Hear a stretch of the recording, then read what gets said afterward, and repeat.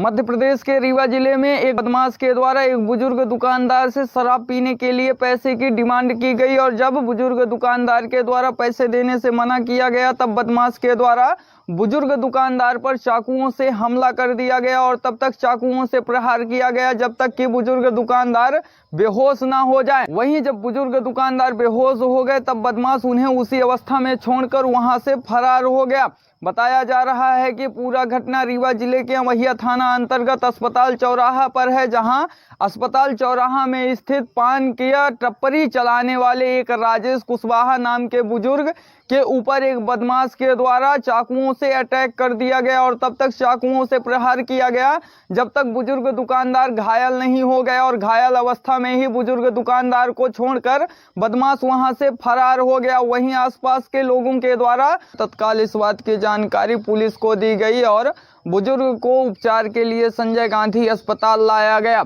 जहां पर बुजुर्ग का इलाज किया गया और अब बुजुर्ग की हालत पूरी तरह से ठीक है। वहीं इस बात की जानकारी जैसे ही पुलिस को लगी तो पुलिस के द्वारा पहले मामला दर्ज किया गया और इसके बाद तलाश जारी कर दी गई और पुलिस के हाथ में आरोपी आ ही गया और पुलिस के द्वारा आरोपी को गिरफ्तार कर लिया गया है। बताया गया कि आरोपी के विरुद्ध अमहिया थाने में 2 मामले पहले से ही दर्ज हैं और आरोपी के विरुद्ध अन्य थानों से भी जानकारी जुटाई जा रही है और इसके बाद आरोपी के ऊपर कार्यवाही की जाएगी।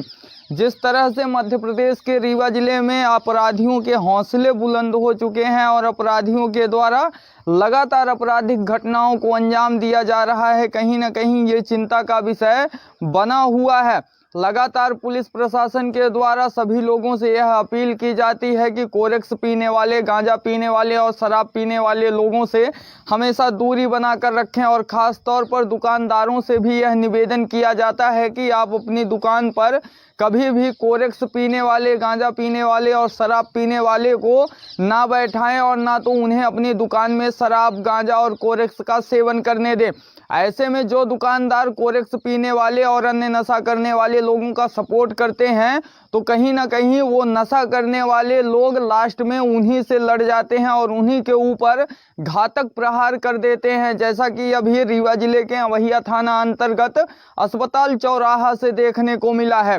हालांकि पुलिस के द्वारा आरोपी को गिरफ्तार कर लिया गया है और पुलिस के द्वारा आरोपी के विरुद्ध कड़ी से कड़ी कार्यवाही करने की बात कही जा रही है और यह बोला जा रहा है कि ऐसे आरोपियों को किसी भी हाल में बख्शा नहीं जाएगा। लेकिन जिस तरह से रीवा जिले में नशे का कारोबार तेजी के साथ फल फूल रहा है, कहीं ना कहीं ये चिंता का विषय बना हुआ है और रीवा जिले में जिस तरह से कोरेक्स का नशा बढ़ चुका है और कोरेक्स का नशा ज़्यादातर युवाओं को अपनी चपेट में ले चुका है, कहीं ना कहीं ये गलत है और इस पर अंकुश लगाने की सख्त से सख्त ज़रूरत है। जिस तरह से कोई भी युवा जाता है और कोरेक्स की सिरप लेकर आता है और किसी दुकान में बैठकर उसका सेवन करता है और इसके बाद चाय सिगरेट का नशा करता है, ये गलत है। और ऐसे ज़्यादातर दुकानदार रहते हैं जो कि अपनी दुकानों में बैठाकर ऐसे कोरेक्स, गांजा और शराब पीने वाले लोगों को बढ़ावा देने का कार्य करते हैं, ये भी गलत है और इस पर भी रोक लगना चाहिए। ऐसे दुकानदारों से